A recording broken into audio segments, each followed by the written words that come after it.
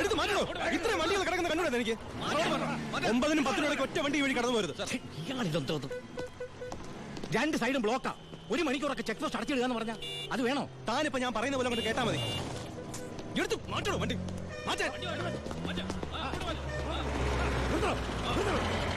ചേട്ടനും അനിയനും തമ്മിലുള്ള വാശിക്കായി ഈ പ്രഹസനം. കഷ്ടമാണ് സാർ. SP യുടെ ഓർഡർ അനുസരിക്കാതെ പറ്റൂ. സാർ ഒരു കോളുണ്ട്. ആരാടോ? SP ആണ് സാർ.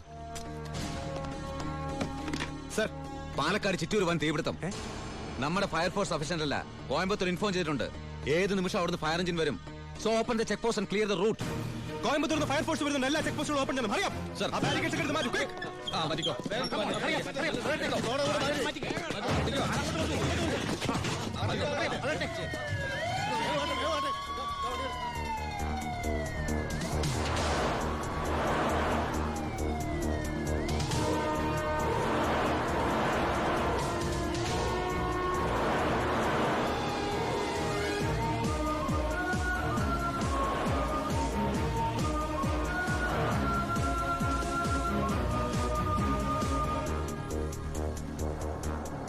താക്കണോ?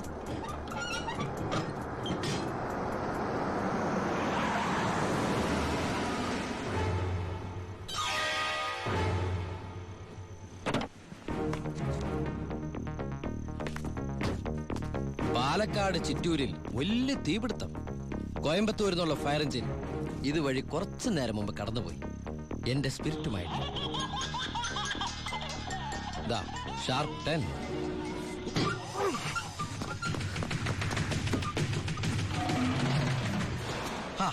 വിഡിത്തം കാണിക്കല്ലേ ബാലി സാറേ. ഫയർ എഞ്ചിന്റെ ഒക്കെ പിന്നാലെ പിടിക്കാൻ നമ്മുടെ ഈ സർക്കാർ ജീപ്പിന് കഴിയോ? വെല്ലുവിളികളാവാം, പക്ഷേ അത് നിന്നേക്കാൾ 4-5 ഓണം കൂടുതലുണ്ടവനോടാവരുത്. വരട്ടെ സബ് ഇൻസ്പെക്ടർ ബാലു ദാമോദർ.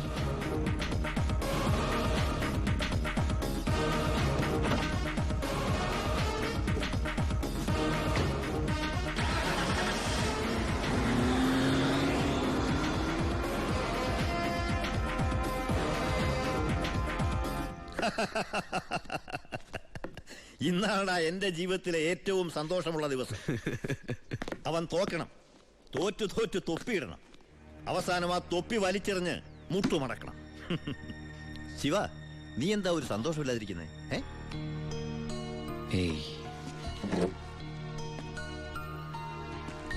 എന്റെ അനിയൻ പഠിച്ച പോലീസ് ഓഫീസർ ആവണം. ആരുടെ മുമ്പിലും തലകുനിക്കാത്ത വലിയ ഓഫീസർ. അതായിരുന്നു എന്റെ ആഗ്രഹം. പക്ഷെ അവൻ എന്റെ മുമ്പിൽ തോറ്റപ്പോ ശരിക്കും ഞാനല്ലേ ബൈ തോറ്റത്? ശിവ, ഓരോ തവണ ഞാൻ അവന്റെ മുമ്പിൽ ജയിക്കുമ്പോഴും എന്റെ മനസ്സ് വിങ്ങായിരുന്നു. ഞാൻ ഈ തൊഴിൽ നിർത്തുകയാണ് ബൈ. ശിവ, നീ ശരിക്കും ആലോചിച്ചിട്ടാണോ ഈ പറയുന്നത്? ശരിക്കും ആലോചിച്ചിട്ടാ. എന്റെ ഈ മുഖാരും അറിയരുതെന്ന് ഞാൻ ആഗ്രഹിച്ചിരുന്നു. പക്ഷേ എന്റെ അനിയൻ അറിഞ്ഞു. ഇനി അമ്മ കൂടി അറിഞ്ഞാൽ പിന്നെ എനിക്കത് ആലോചിക്കാൻ കൂടി വയ്യ. അമ്മ അറിയുന്നതിന് മുമ്പ് എല്ലാം അവസാനിപ്പിക്കണം. ഞാൻ നിർത്തുകയാണ് ബായ്. നീ അങ്ങനെ പറഞ്ഞാൽ നീ വന്നതി പിന്നെയാ എന്റെ ഈ ഉയർത്തെഴുന്നേൽപ്പ്. നീ പോയാൽ അപ്പാ, ഇയാള് പോണേ പോട്ടെ അപ്പാ, നമുക്കിതൊന്നും ചെയ്യാറിയില്ലേ? ജോണി, ജോണി പറഞ്ഞതാണ് ശരി ബായ്. എന്നെ പോകാൻ അനുവദിക്കണം എന്ന് കരുതി ഒരു ആവശ്യം വന്നാല് ബായുടെ വെളിപ്പുറത്ത് ഞാൻ ഉണ്ടാവും. പിന്നെ കണക്കിൽ കൂടുതൽ കാശ് ഞാൻ എടുത്തിട്ടുണ്ട് എന്റെ ബാധ്യതകൾ തീർക്കാനായിട്ട്. നിന്നോട് ഞാൻ കണക്ക് പറഞ്ഞിട്ടുണ്ടോ ശിവ? കടലിൽ കളഞ്ഞാലും അളന്ന് കളയണമെന്നല്ലേ ബായ്? വരട്ടെ.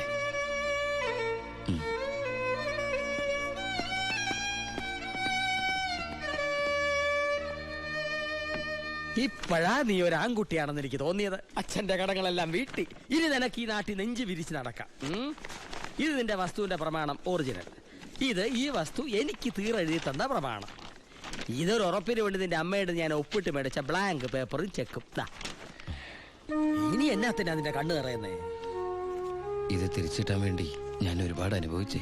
ഇപ്പൊ സന്തോഷമായില്ലയോ?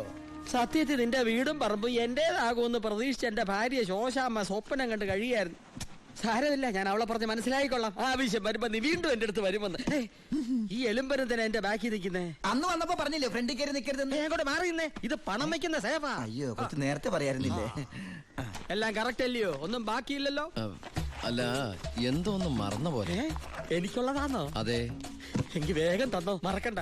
തന്നേ. ഇപ്പോഴെനിക്ക് സമാധാനായത്. പലിശ പലിശ പലിശ. അപ്പൊ എല്ലാം സെറ്റിലായില്ലേ? അല്ല, കറിയാച്ചിന് ഞാൻ തന്നത് തിരിച്ചു തരാൻ തോന്നുന്നുണ്ടോ? ഇല്ല, വാങ്ങിച്ചേ ശീലമുള്ളൂ, കൊടുത്ത് ശീലമില്ല. അപ്പൊ എല്ലാം പറഞ്ഞ പോലെ നമുക്ക് പിന്നെ കാണാം. ഇങ്ങനെ കാണാനാണ്, ഇനി കാണണമെന്നില്ല. അതൊക്കെ അറിയാച്ചാ. ഇതെന്നാ ചുമ്മാ ഒരു രസത്തിന് രണ്ടടിച്ച ഒന്ന് ഫ്രീ. ഇവിടെ നടന്നത് പുറത്താരോടും പറയണ്ട. പലിശ തവണകളായിട്ട് അടച്ചു തീർക്കേണ്ടവർ ഇതുപോലെ അടിച്ചു തീർക്കും. ഇന്നത്തെ ഇൻട്രസ്റ്റ് എല്ലാം പോയി. കർത്താവേ. തിരുവനന്തപുരത്ത് നിന്ന് വാളയാർ വരെ ഒരു ദിവസത്തെ യാത്രയാ. എന്നാലും വരാതിരിക്കാൻ പറ്റുമോ? പ്രത്യേകിച്ച് ഉണ്ണി വന്നു എന്നറിഞ്ഞപ്പോ. ഇനി കാര്യങ്ങളൊക്കെ തീരുമാനിച്ച് ആ ചടങ്ങ് അങ്ങ് നടത്തണം. അതെ അതെ, കല്യാണം കഴിക്കാതെ ചെറുക്കന് പെണ്ണ് ഒരു വീട്ടിൽ താമസിക്കാന്ന് പറഞ്ഞ നാണക്കേടല്ലേ? അല്ല, ദുബായ്ക്കാരനെന്തിയെ? അത്യാവശ്യമായിട്ട് ആരെയോ കാണാൻ പോയിരിക്കുക, വരും. ഓ, ചെറുക്കനെ കുറിച്ച് എന്റെ ബന്ധുവീട്ടുകാരൊക്കെ അന്വേഷിക്കുന്നുണ്ട്. ഞാൻ പറഞ്ഞു വരുമ്പോ ഒരു ഫോട്ടോ കൊണ്ടുവരാന്ന്. അതിനെന്താ, ഇവിടെ എത്ര ഫോട്ടോ വേണമെങ്കിലും ഉണ്ട്, ഞാൻ എടുത്തോണ്ട് വരാം.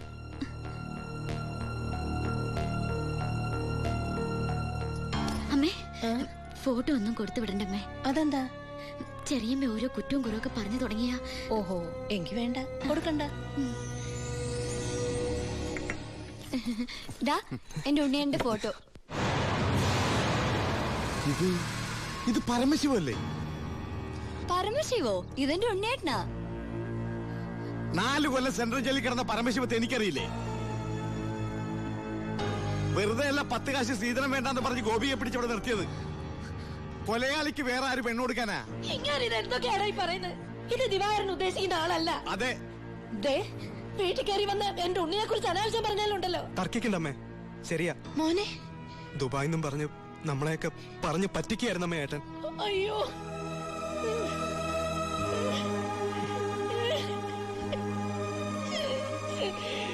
അയ്യോ.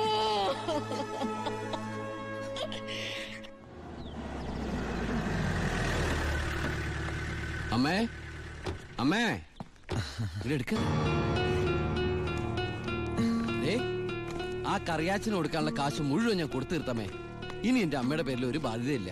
ദാ നമ്മുടെ തറവാടിന്റെ ആധാരം കണ്ട. എന്താ ഭാരതിയമ്മയ്ക്ക് സന്തോഷായില്ലേ? നീയാണോടാ പരമശിവം?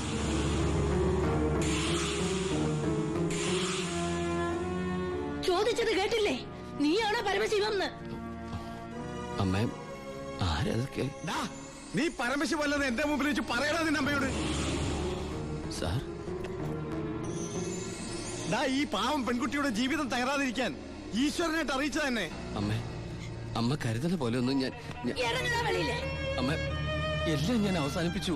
ഇനി ഒരു തെറ്റ് ഞാൻ ചെയ്യില്ല. വേണ്ട, എനിക്കൊന്നും കേൾക്കണ്ട. നിന്നെ പോലൊരു മകനെ എനിക്ക് വേണ്ട. നിന്നെ കാണുന്നത് തന്നെ എനിക്ക് പേടിയാ.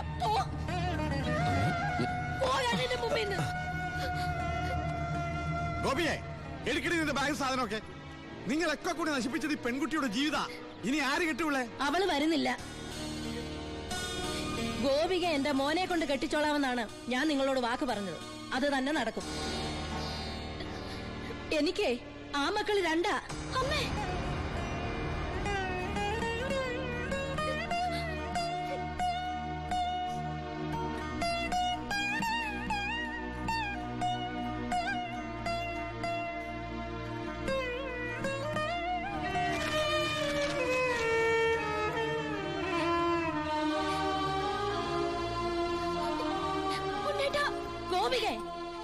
ഇല്ലമ്മേ, ഇങ്ങനൊരു കല്യാണത്തിന് ഞാനും കൂടി സമ്മതിക്കണ്ടേ?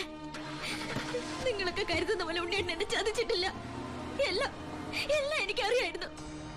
നിങ്ങൾക്കൊക്കെ വേണ്ടിയ ഉണ്ണിയേട്ടൻ.